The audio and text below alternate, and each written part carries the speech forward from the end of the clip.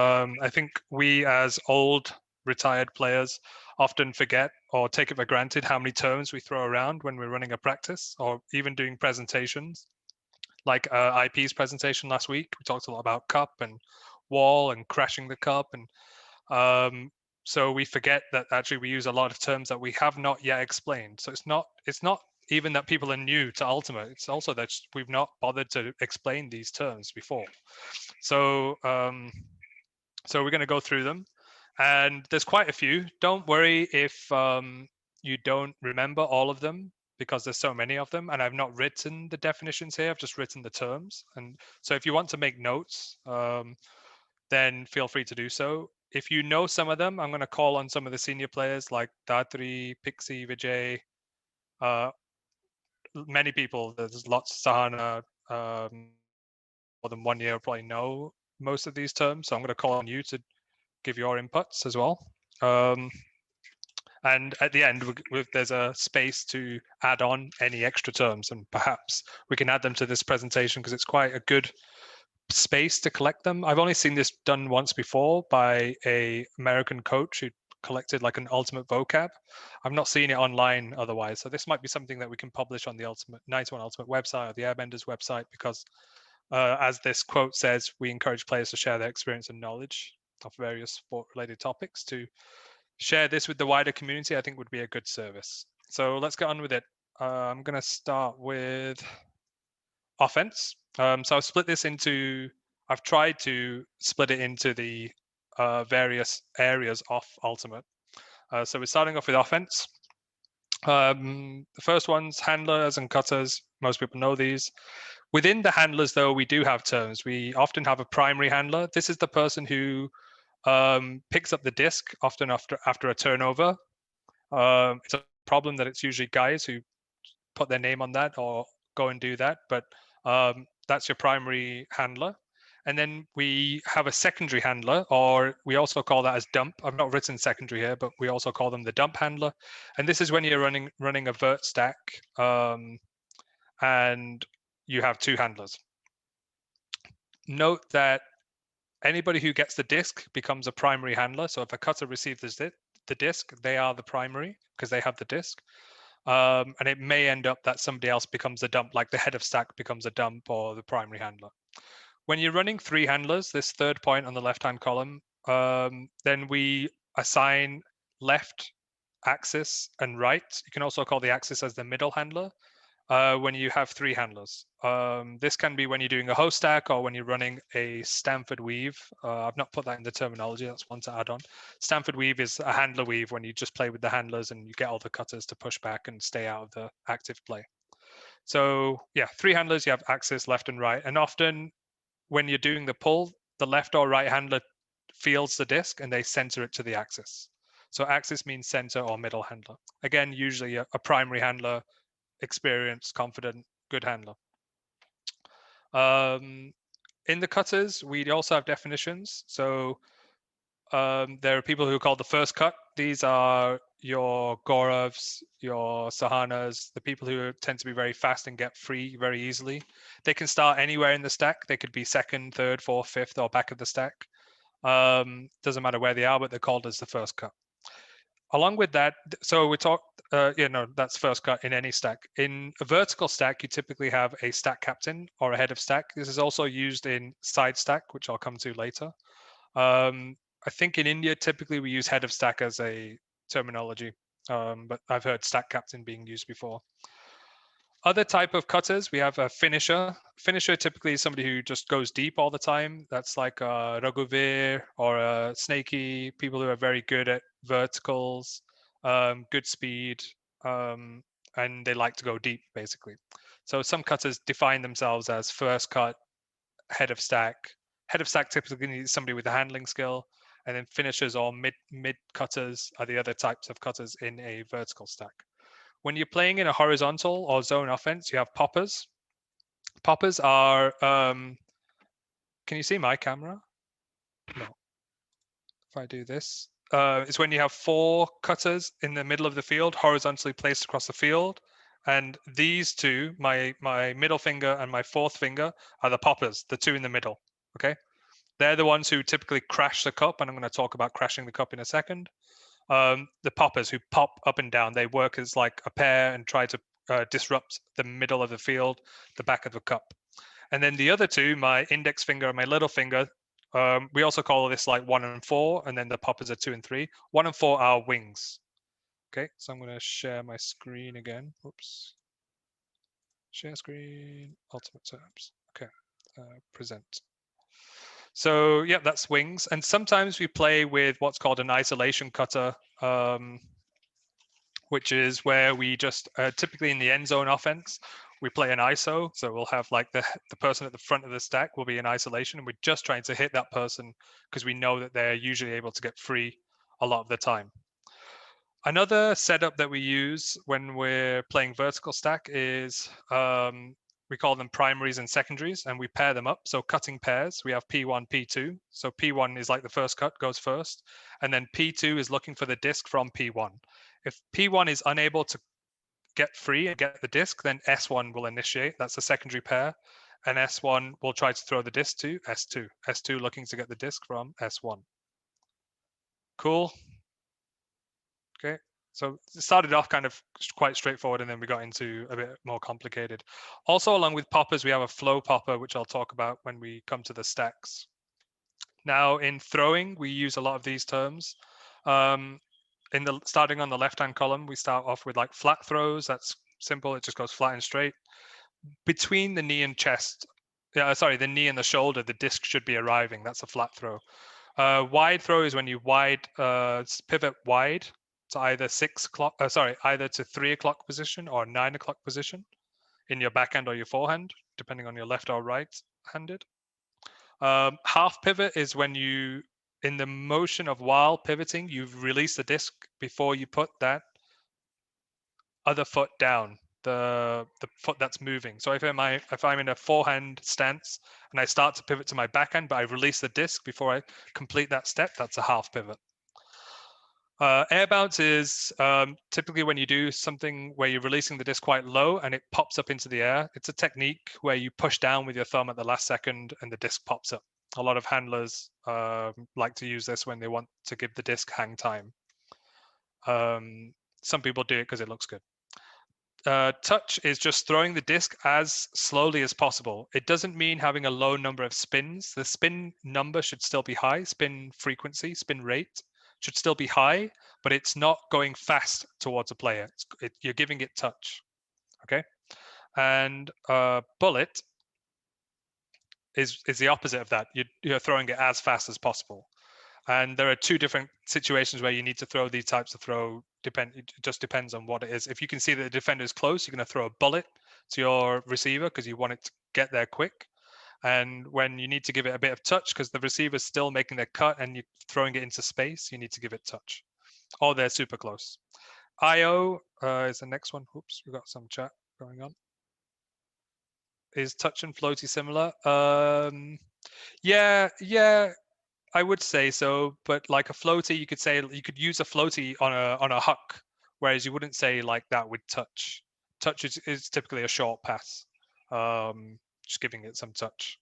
But yeah, it is similar. Similar is correct. Yes, absolutely. I'm gonna keep this chat box open on the side. Thanks, Nandini, for that question. Okay, how are we doing? 10 minutes in. Yeah. Okay, IO inside out is when the disc travels from you throw it kind of on the inside and then it ends up going towards the away from you.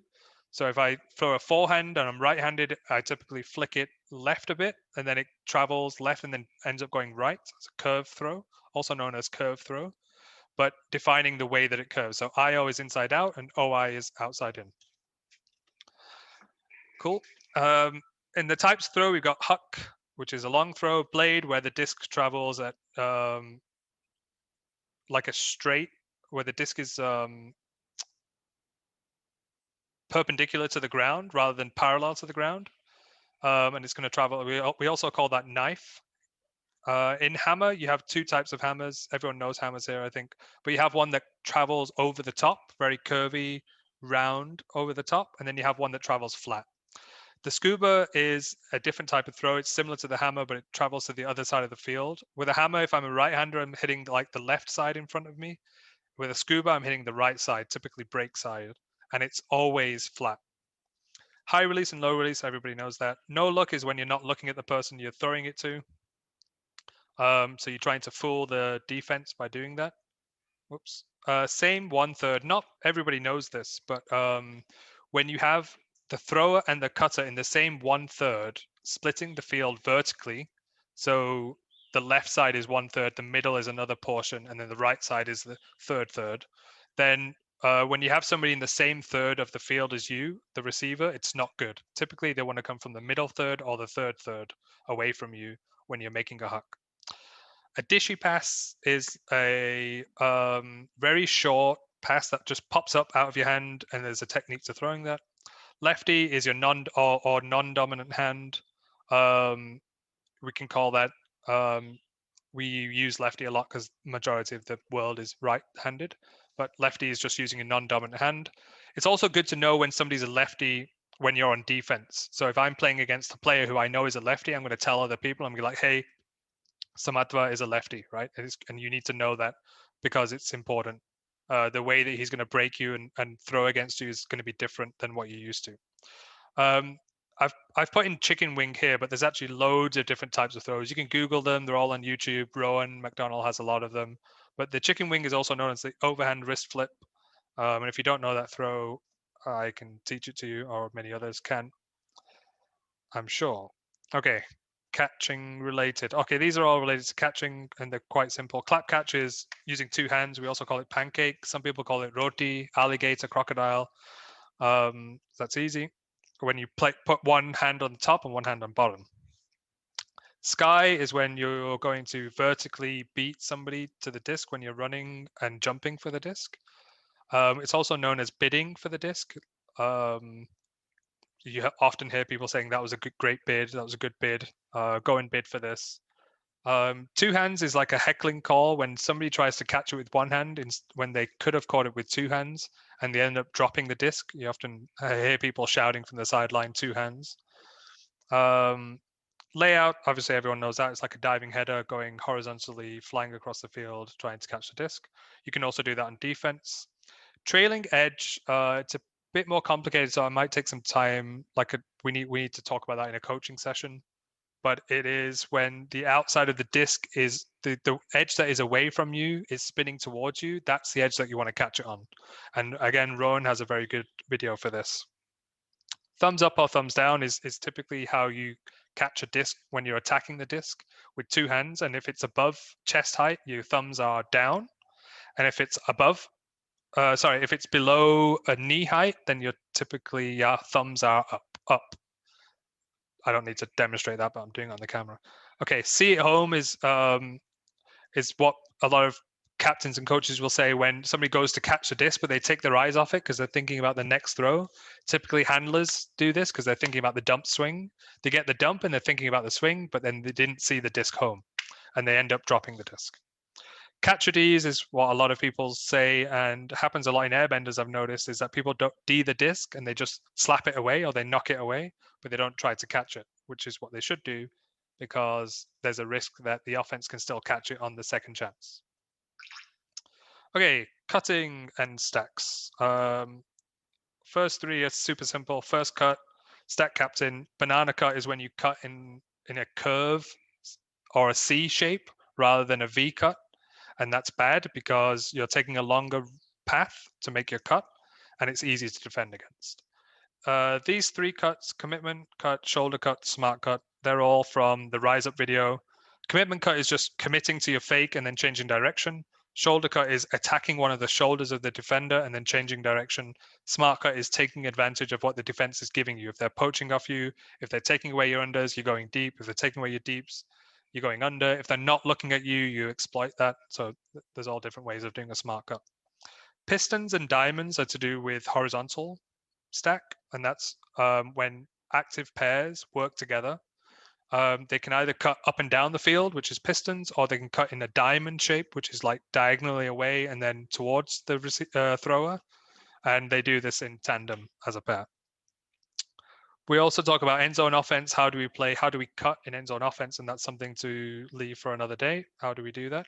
Super dump is when you dump it back more than like your normal distance. Dumps are typically around like 5 to 7 meters behind, like in the backspace, but a super dump would be 10 to 15 to 20 to 30 meters back. You might be dumping it back all the way back to the halfway line or whatever's 10 to 15 meters behind you. Upline is when you go for an upline cut.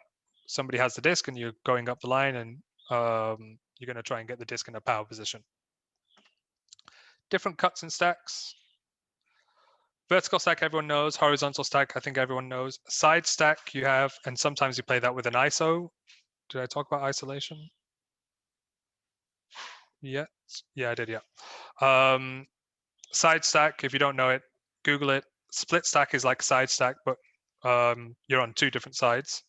Hex, a lot of airbenders know because I think you guys tried it or are going to try it at some point, but it's a formation invented by Felix. Another offense formation that people play is 2-2-1-2, and then diagonal stack.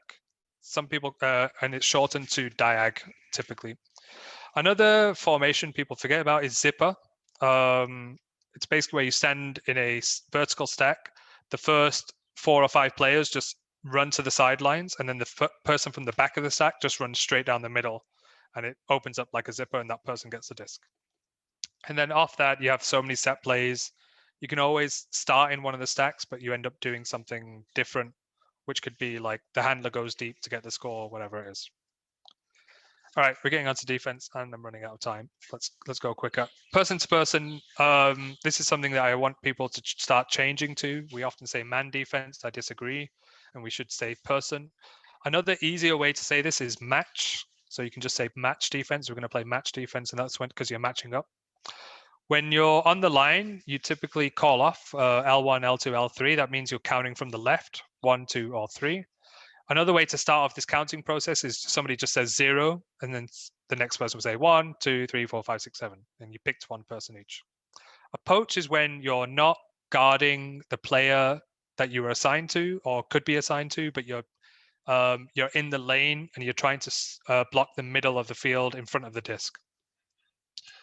Any zone is a form of just poachy defense.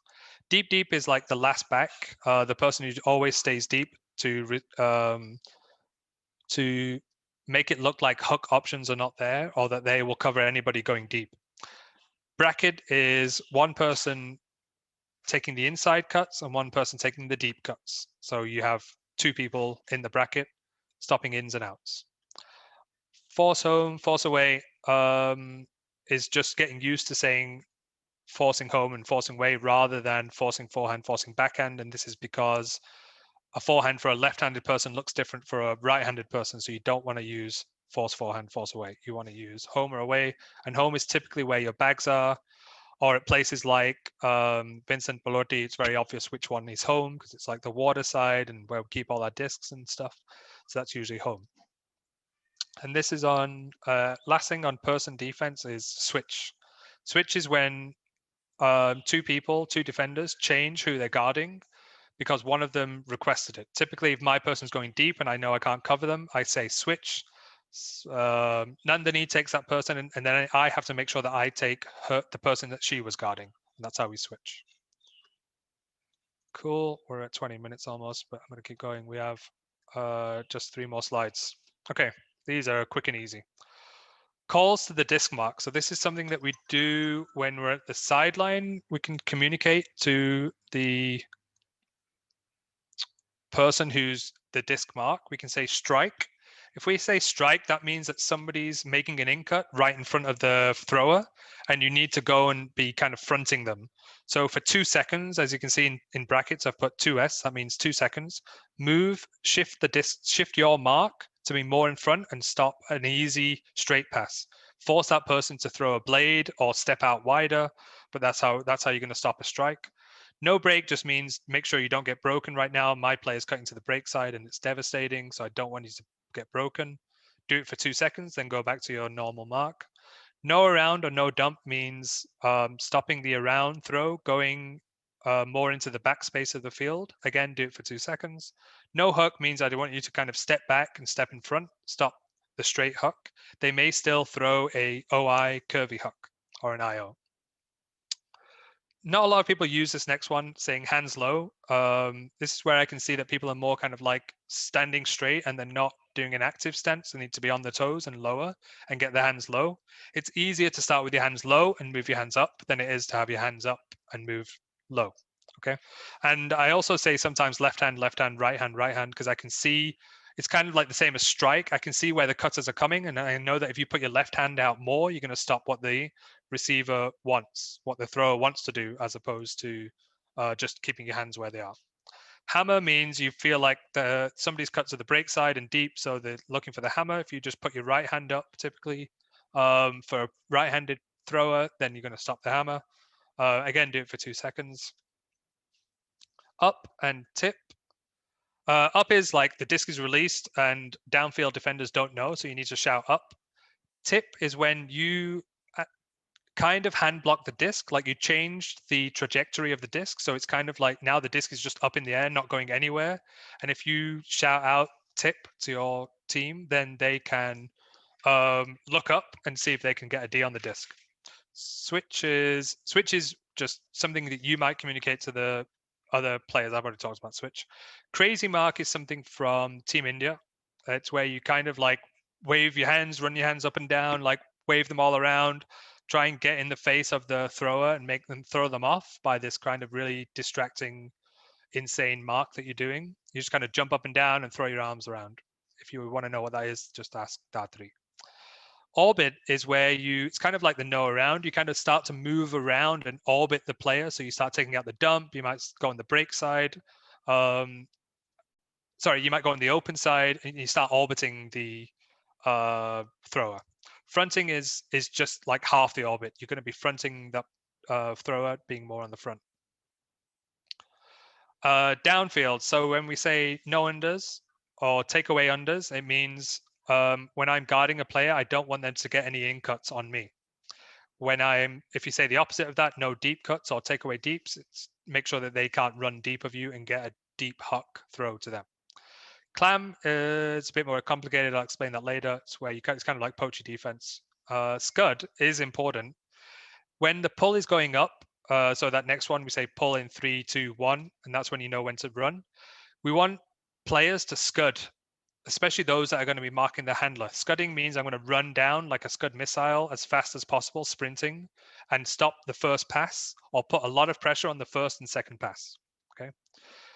Break or saying broken is when people can say it to the defensive, the D line, or the disc mark themselves can say it by when they get broken. They can let everybody know that there's a break, and so the defense needs to adjust.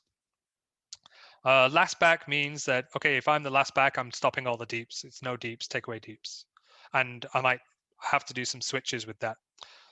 And I've put switch here because it goes in this category. Japan switch is a handler switch. I'll explain more about that later, but the Japan team does this very well. It's when you switch off as handler marks, you switch, and it's much more effective at stopping the kind of give-go moves. And more defense, zone-related. The first two were covered very well by IP. Junk is when you do a cup on with the first 3 players, but then you do a person mark with the other 4 players downfield. So junk is a mix of person and poachy defense, you can call it. 1-3-2-1 is it's like a 4-2-1, in fact. So there's a chase, and then there's a wall of 3 people. So that wall is now, it used to be 2 people, but now it's 3. And then you have 2 short deeps and a deep deep. It's when you want to put a lot of pressure on the handlers and it's very windy, so you're happy to overcommit your defensive team on the front formation. Brownie, I can share an article, but it's basically changing the way the cup works by adding an extra chase that covers half the field, and the other chase, the primary chase, the first chase is the other half of the field, and we're going to do that one day. We'll go through it. Flex defense is just, again, it's something that was come up by Felix on how to counter the hexagon. I'll just actually, it's not counter hex, just a different type of defense that involves a lot of switching And it's based on more kind of basketball strategy and how they play defense in that with a lot of switches. Okay, if we say crash and you're in the cup, it means we want you to take 1 or 2 steps forward without even knowing why you're doing it. Just go forward, because one of the poppers is trying to crash the cup. And if you step forward, then you're not going to double team because they're already there, and you're going to put more, you're going to close that web on the thrower.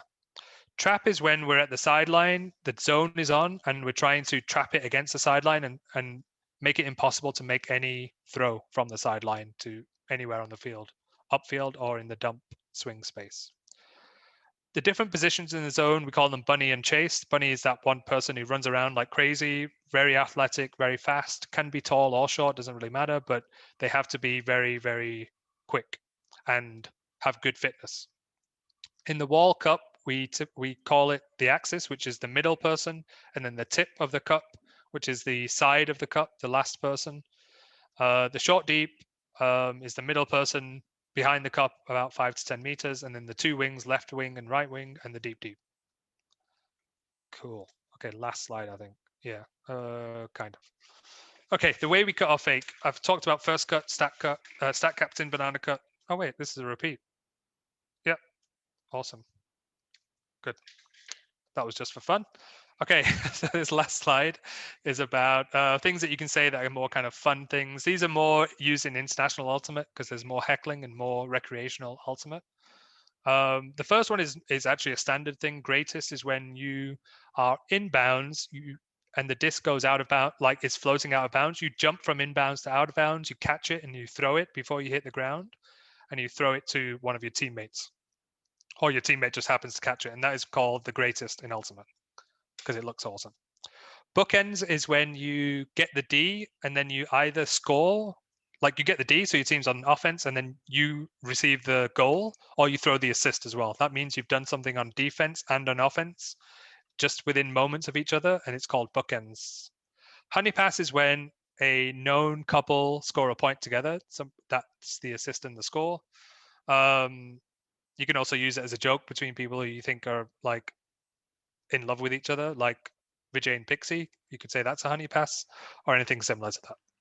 Gratuitous is when you do something that is completely unnecessary but looks good. So you might lay out even though you didn't need to lay out.